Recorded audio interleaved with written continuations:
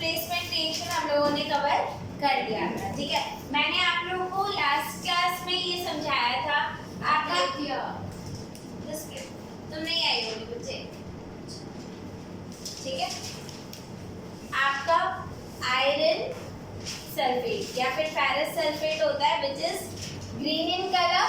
कौन से कलर का होता है? ग्रीन। ग्रीन। इसमें जब आप कॉपर डाल दोगे तो ये क्या बन जाएगा?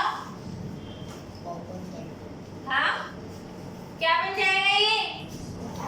हाँ, copper sulphate plus seriously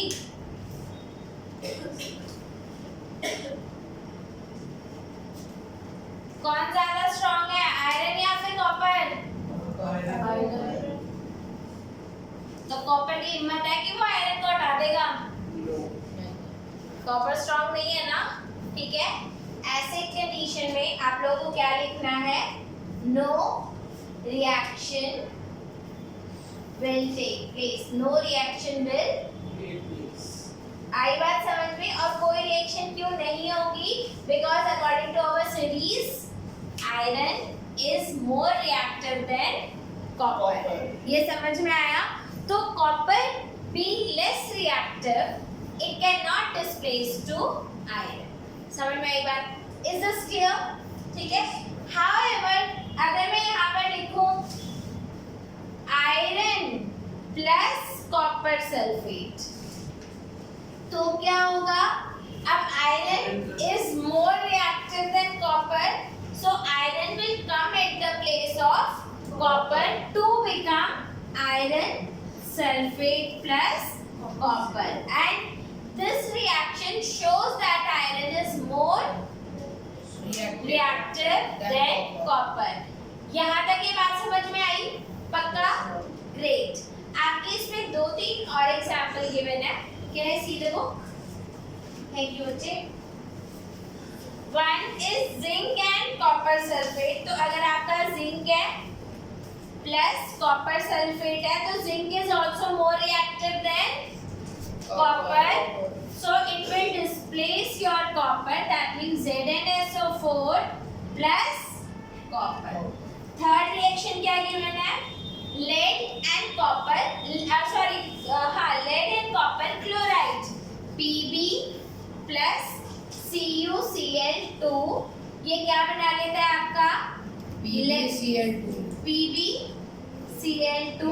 plus copper. आप देख रहे होगे हमारा सबसे ज्यादा बेचारा कौन है? कॉपर, बिकॉज कॉपर से सब कोई ज्यादा ही रिएक्टिव है। ये बात समझ में आई या नहीं आई? पक्का सबको? ग्रेट, ठीक है।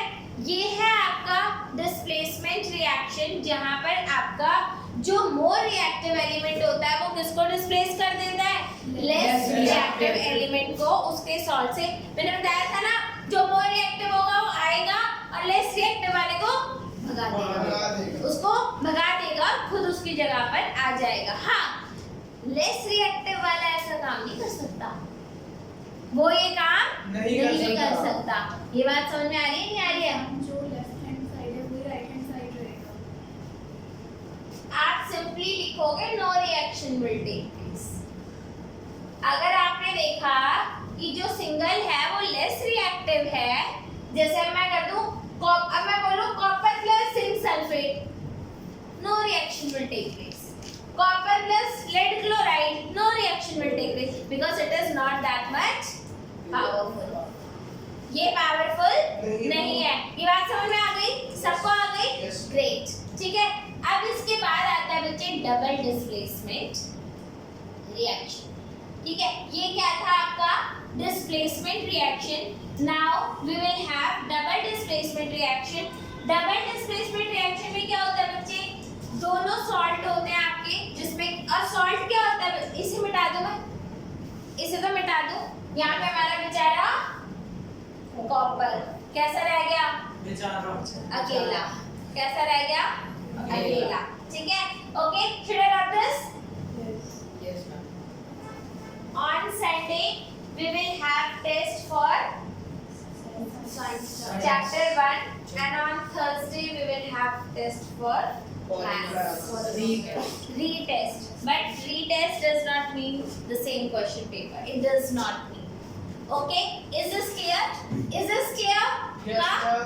अब आता है आपका बच्चे double displacement reaction. Double displacement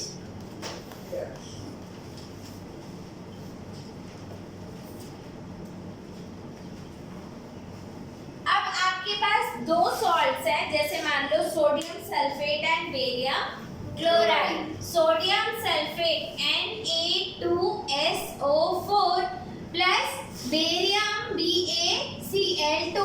So we have sodium sulfate and barium chloride. What is the valency of sodium? Na positive, that is 1, and sulfate 2, and that's why it is written like Na2SO4. ये बात मैंने समझाई थी ना? हाँ. फिर आ गया हमारा बेरियम क्लोराइड. बेरियम क्लोराइड क्या है? BaCl2. जब ये रिएक्ट करते हैं बच्चे, आपको पता है sodium is cation and sulphate is anion. Similarly barium is cation and chlorine is anion. They will exchange their cations and anions. So when there is exchange of anions and cations within two salts, it is double displacement. इसने अगर इसको displace किया तो इसने भी तो करा. मतलब ये म्यूचुअल अंडरस्टैंडिंग के साथ हो रहा है. तू मेरे घर आ जा, मैं तेरे घर चला जाता हूँ. क्यों भाई? ठीक है, तो ये म्यूचुअल अंडरस्टैंडिंग है.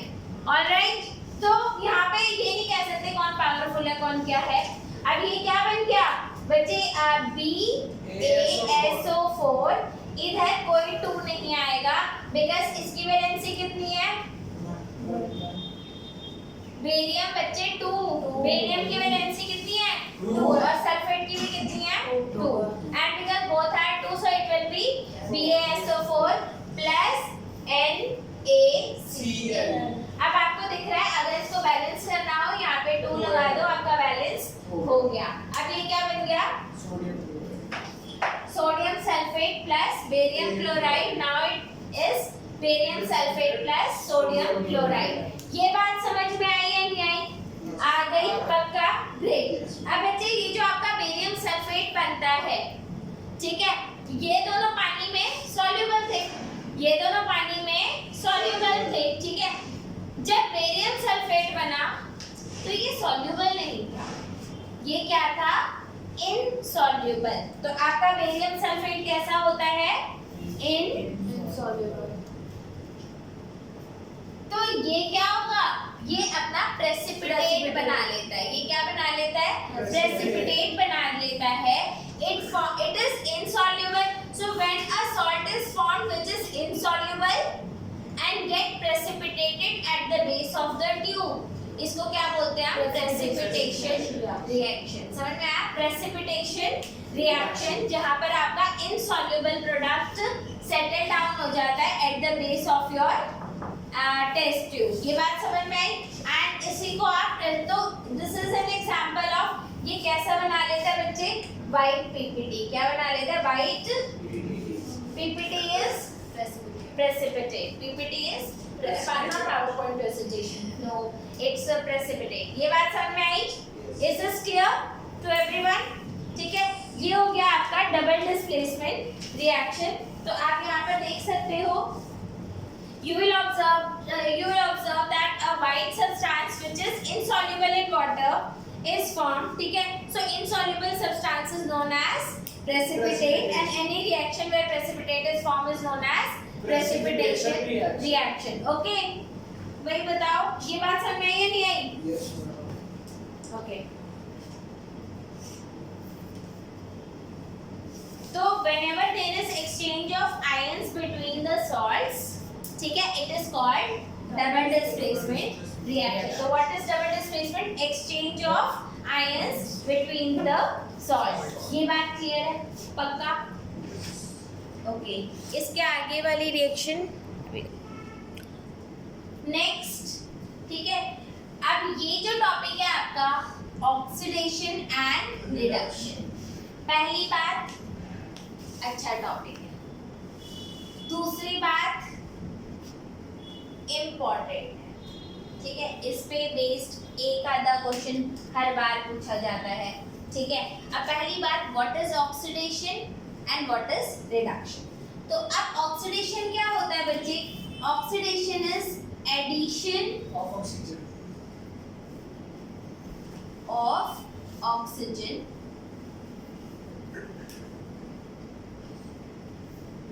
और आपका रिडक्शन क्या होता है? Use of oxygen. क्या? Use. Use, Use. अच्छा lose, okay, removal Of oxygen. of oxygen. So addition of oxygen and removal of oxygen. Oxidation आप also बोल सकते हो removal of hydrogen, removal of hydrogen। और यहाँ पर क्या आ सकता है आपका? Hydrogen. हाँ, Addition of addition of hydrogen। तो यहाँ पर क्या था? Addition of oxygen, removal of hydrogen. इधर जस्ट रिवर्स है, addition of hydrogen and removal of oxygen, ठीक है। एक और चीज लिखवाऊंगी बच्चे मैं, जो मुझे नहीं पता कि आपके स्कूल में लिखवाया जाएगा या नहीं, ठीक है, बट दैट इज ट्रुथ, तो मैं लिखवा रही हूँ। आपका जो ऑक्सीडेशन होता है वो removal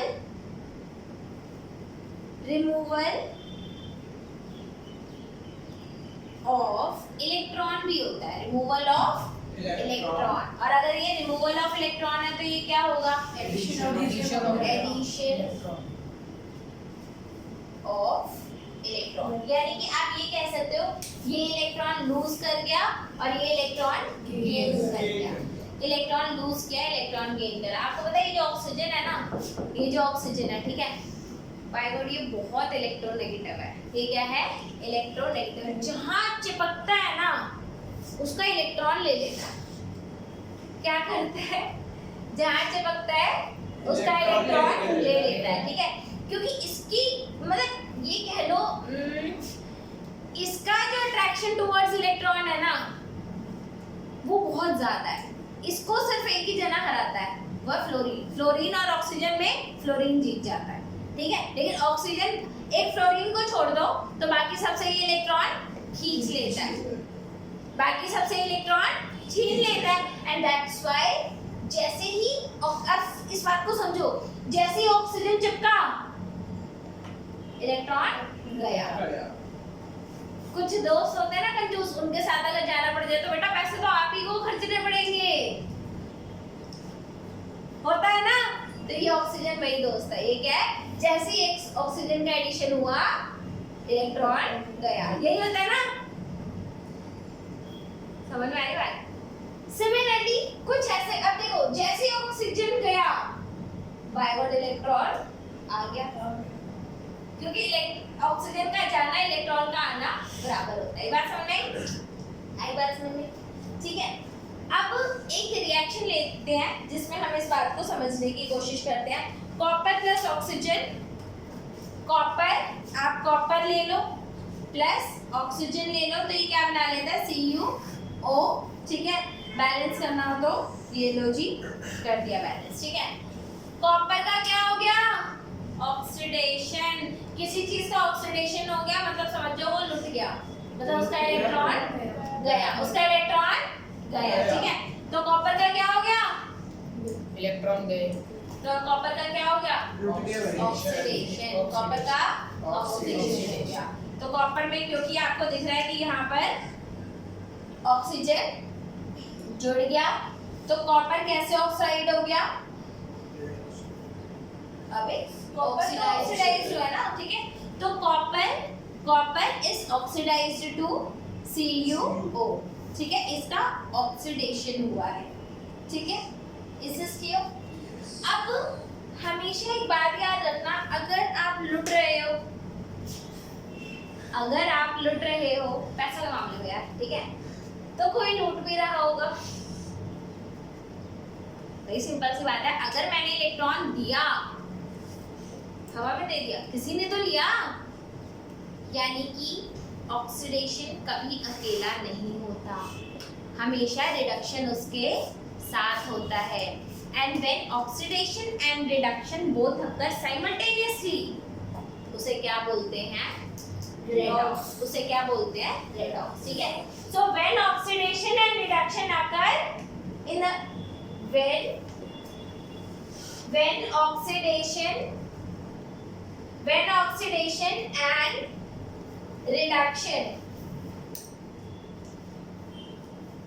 occur in the same reaction,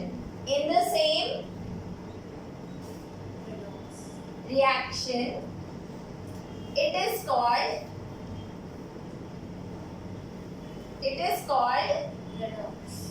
redox. इसे क्या बोला जाता है? रेडॉक्स। ठीक है। आपकी बुक में ऐसा दे रखा है कि क्या रेडॉक्स होता है। ठीक है। एक्चुअली सच बताऊं, दुनिया की सारी रिएक्शंस रेडॉक्स होती है। बताया था ना मैंने? Yes. दुनिया की सारी रिएक्शन रेडॉक्स होती है, लेकिन हर क्वेश्चन का आंसर रेडॉक्स नहीं होता।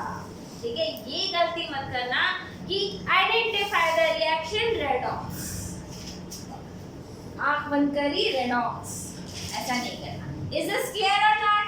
Yes. आ रही है बात समझ में? समझ में आ रहा है कि नहीं आ रहा? Yes, ma'am. आया? ठीक है।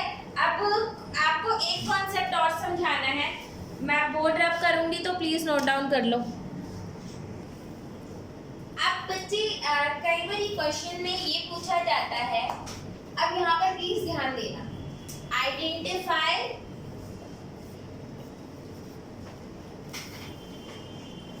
the substance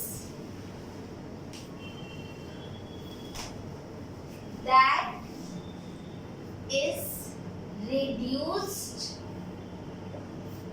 comma, oxidized, comma, reducing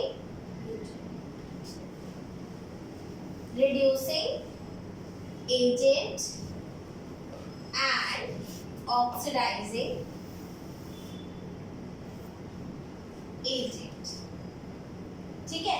ये चार चीजें पूछी जाती हैं आपसे, और एक बात याद रखना, इन द सेम रिएक्शन चारों पूछी गई हैं। अब यहाँ पर दिमाग लगाओ, इन द सेम रिएक्शन चारों चीजें पूछी गई हैं, then obviously the reaction is redox. Without any doubt the reaction is redox. ठीक है। अब हम यहाँ पर एक एग्जांपल लेते हैं, CuO plus H2। अब हम किसका एग्जांपल लेते हैं? CuO plus H2, ये क्या बना? Cu plus H2O। Do we need to balance it? No। Hydrogen इधर 2 है, उधर भी 2 है, कॉपर इधर 2 है, 1 है, उधर 1 है, ऑक्सीजन उधर भी 1 है, इधर भी 1 है, बैलेंस। अब यहाँ पर आपको ये तो दिख रहा है कि रिडक्शन कहाँ पर हुआ है? इसमें से ऑक्सीजन निकला है। Yes. ऑक्सीजन किस में से निकला है? Cu में से नहीं, कॉपर ऑक्साइड में से ऑक्सीजन निकला है। समझ में आ रहा है बच्चे? किस में से ऑक्सीजन निकला है? कॉपर ऑक्साइड में से ऑक्सीजन निकला है। तो ऑक्सीडेशन किसका हुआ? Copper. क्या मैं लिख सकती हूँ? Copper oxide was oxidized, oxidized हो गया यार, I am so sorry, was reduced to copper. Copper oxide was reduced to copper. तो यहाँ पर रिडक्शन किसका हुआ? कॉपर ऑक्साइड का। ऑक्सीडेशन किसका? अच्छा इधर लिख दो रिडक्शन। रिडक्शन बच्चे इसी का तो रिडक्शन हुआ है। ऑक्सीडेशन कहाँ हुआ है? H2. तो क्या मैं लिख सकती हूँ? Hydrogen gas was oxidized to water। समझ में आया? समझ में आया? Yes. जो चीज खुद रिड्यूस हो रही है, जो चीज खुद रिड्यूस हो रही है वो ऑक्सीडाइजिंग एजेंट होता है, और जो खुद ऑक्सीडाइज हो रहा है वो रिड्यूसिंग एजेंट होता है। जो खुद ऑक्सीडाइज हो रहा है वो रिड्यूसिंग एजेंट, जो खुद रिड्यूस हो रहा है वो ऑक्सीडाइजिंग एजेंट। अब इधर एक बात बताओ, यहाँ पर रिड्यूस कौन हुआ? रिड्यूस कौन हुआ? CuO। ऑक्सीडाइज कौन हुआ? H2। जो ऑक्सीडाइज हुआ वो क्या है? Reducing agent. जो ऑक्सीडाइज हुआ वो क्या है? Reducing agent. यानी कि रिड्यूसिंग एजेंट भी यही है, और ऑक्सीडाइजिंग एजेंट क्या होगा? CuO। यहाँ पर बात समझ में आई? तो जो चीज क्या हुआ, समझ डाउट बताओ। एक आपको ऑक्सीडेशन और रिडक्शन में समझ में आया या नहीं आया? ऑक्सीडेशन किसका हुआ? H2 का। और जिसका ऑक्सीडेशन हुआ वो क्या है? Reducing agent. भाई यहाँ पर प्लीज लिख लो, जिसका रिडक्शन हुआ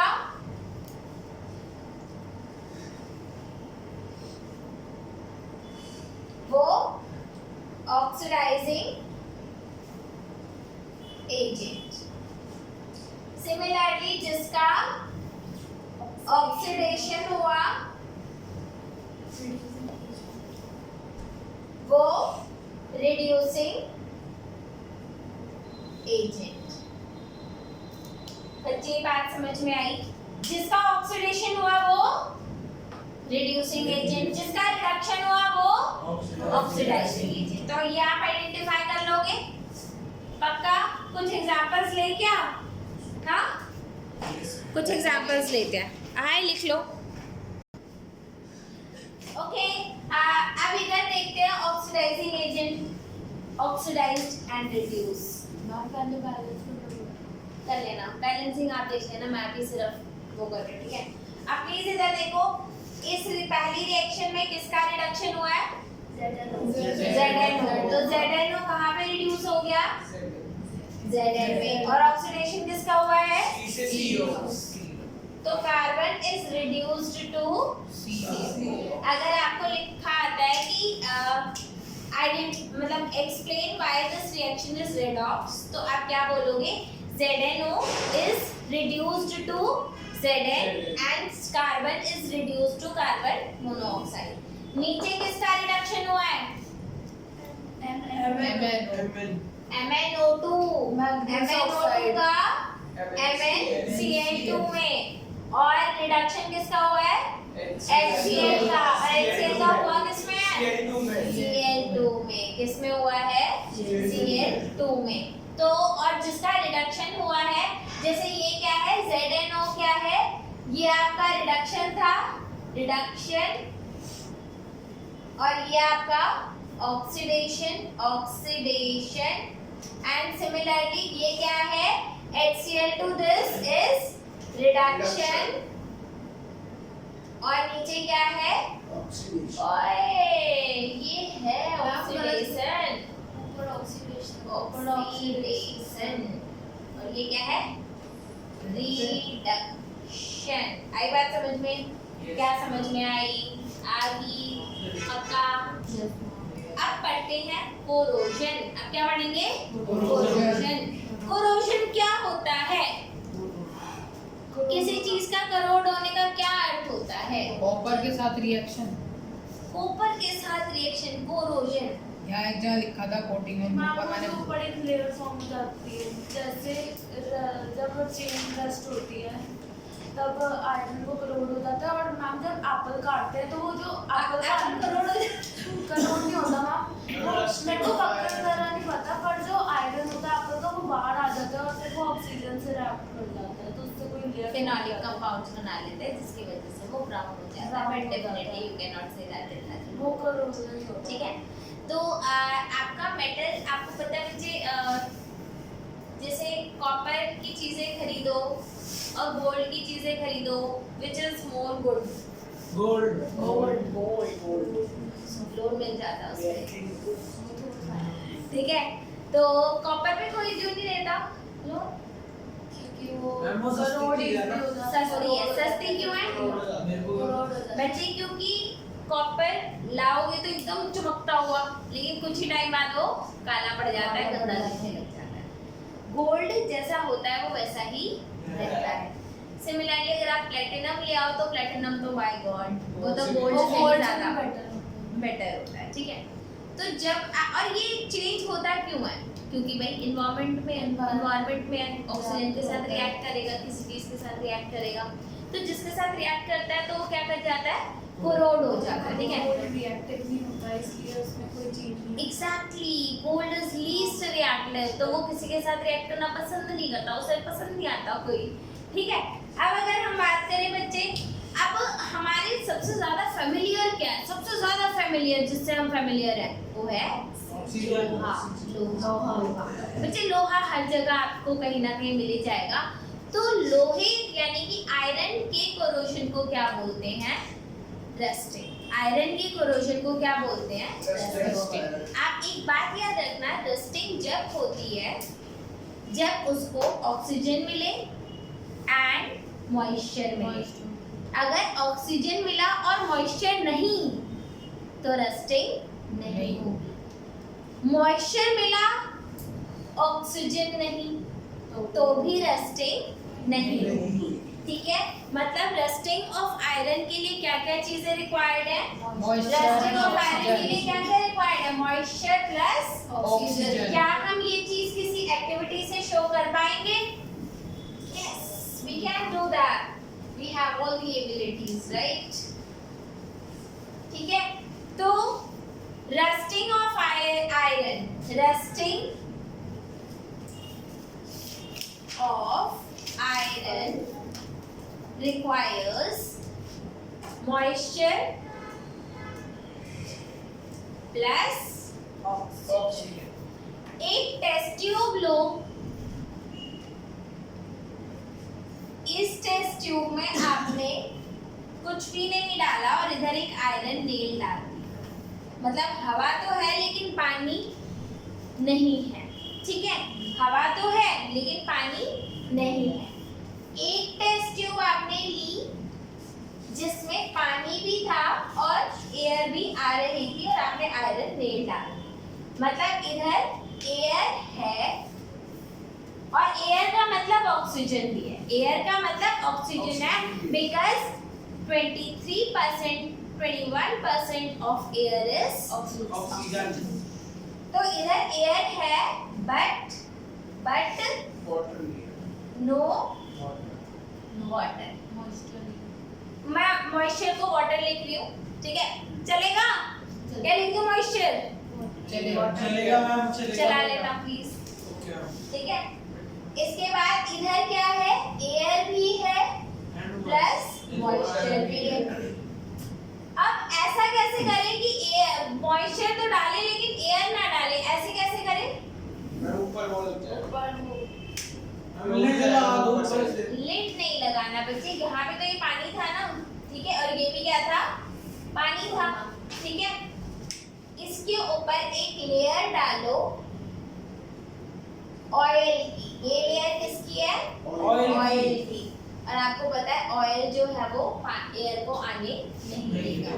ठीक है, अब अगर मैं बोलूं कि ये आपका ए है, ये आपका बी है और ये आपका सी है, किसमें कोरोजन होगा? बी वाले बी में कोरोजन होगा, ना तो ए में होगा और ना ही सी में होगा। सी में क्यों नहीं होगा? क्योंकि एयर नहीं है। ए में क्यों नहीं होगा? मॉइस्चर नहीं है, and that's why it will get balanced. ये बात समझ में आई? Yes, ma'am. This activity confirms that your corrosion needs moisture and air both. Okay? इसके बाद आता है, तो आप इधर देख लो बच्चे, you must have seen iron particles shining and new but get coated with brown color, वो rust हो जाता है ना, ठीक है? ऐसे ही आपका आता है black coating of silver and green coating of copper are examples of corrosion. तो black coating जो उस पे हो जाता है, सिल्वर पे होता है, और ग्रीन कोटिंग किस पे होता है? वो उस पे कॉपर में ये दोनों भी कोरोजन है। कोरोजन अच्छा है या बुरा? बहुत ज्यादा बुरा है। बड़े बड़े ब्रिज खराब हो जाते हैं, बहुत सारी चीजें खराब हो जाती हैं। इसके बाद आता है बच्चे आपका एक टॉपिक और है, I will just take 2 minutes more, ठीक है। इस रेंसिडिटी क्या होता है बच्चे? आपका जब ऑयल कंटेनिंग फूड होता है, क्या होता है? ऑयल कंटेनिंग फूड होता है, जब वो ऑक्सीजन के साथ रिएक्ट कर जाता है, ठीक है, तो उसका टेस्ट खराब हो जाता है। So when oil containing food get exposed to oxygen, it smells or tastes bad, and that is called rancidity. Okay, आपका फैट वगैरह सब ऑक्सीडाइज हो जाता है एंड ये बिल्कुल भी अच्छा नहीं होता। इसके लिए जो चिप्स होते हैं या सारी चीजें होती हैं उसमें कौन सी गैस भरी जाती है? हीलियम। Nitrogen gas. कौन सी गैस भरी जाती है? Nitrogen gas. बिकॉज नाइट्रोजन जो देखो, नाइट्रोजन वैसे तो ऐसा नहीं है कि रिएक्टिव नहीं है, नाइट्रोजन रिएक्ट करता है, नाइट्रोजन रिएक्ट करता है, लेकिन नाइट्रोजन जो है आपका जब वो N2 बन जाता है, जब आपका नाइट्रोजन N2 बन जाता है, तब ये किसी को नहीं पूछता, फिर किसी को नहीं पूछता, ठीक है। अच्छा, एक बात अब बस मैं लास्ट आपको बताना चाहूंगी, how many of you don't like बड़े बड़े फूले हुए चिप्स के पैकेट्स? किन किन को नहीं पसंद? हवा भर देते हैं, ये कर देते हैं, इतना बड़ा पैकेट, इतने से chips. How many of you say this? बहुत सारे लोग ऐसा बोलते हैं। Is this good or bad? Chips में जो हवा भरी जाती है वो अच्छी बात है या बुरी बात है? क्या अच्छी बात है उसमें? ऑक्सीजन के साथ रिएक्ट। बच्चे आप कभी देखना, अगर आपके चिप्स के पैकेट में इतना फुला के ना रखा हो ना, तो जितने दिन तक उन्हें स्टोर किया जाता है और जहाँ पर जैसे मान लो आपने उसको अपने पैकिंग बैग में डाला और कहीं पर लेकर गए चिप्स, तब जब आप उसे खोलोगे अगर हवा नहीं है तो उसका चूरा चूरा बन चुका होगा। लेकिन हवा की वजह से कोई फोर्स लगाओगे भी तो वो उससे ज्यादा कंप्रेस होगा ही नहीं, और क्योंकि वो कंप्रेस नहीं होगा इसीलिए तो आपके चिप्स की जो शेप होती है वो इंटैक्ट होती है। आप उसकी हवा निकाल कर देखना, उसके बाद जो आपको मिलेगा वो ऐसा लगेगा ग्राइंडर में निकाल करके लाए हो अपने चिप्स के पैकेट। आई बात समझ में? ठीक है। So at this point we are ending this chapter. Test on Sunday. Bye bye, Tata.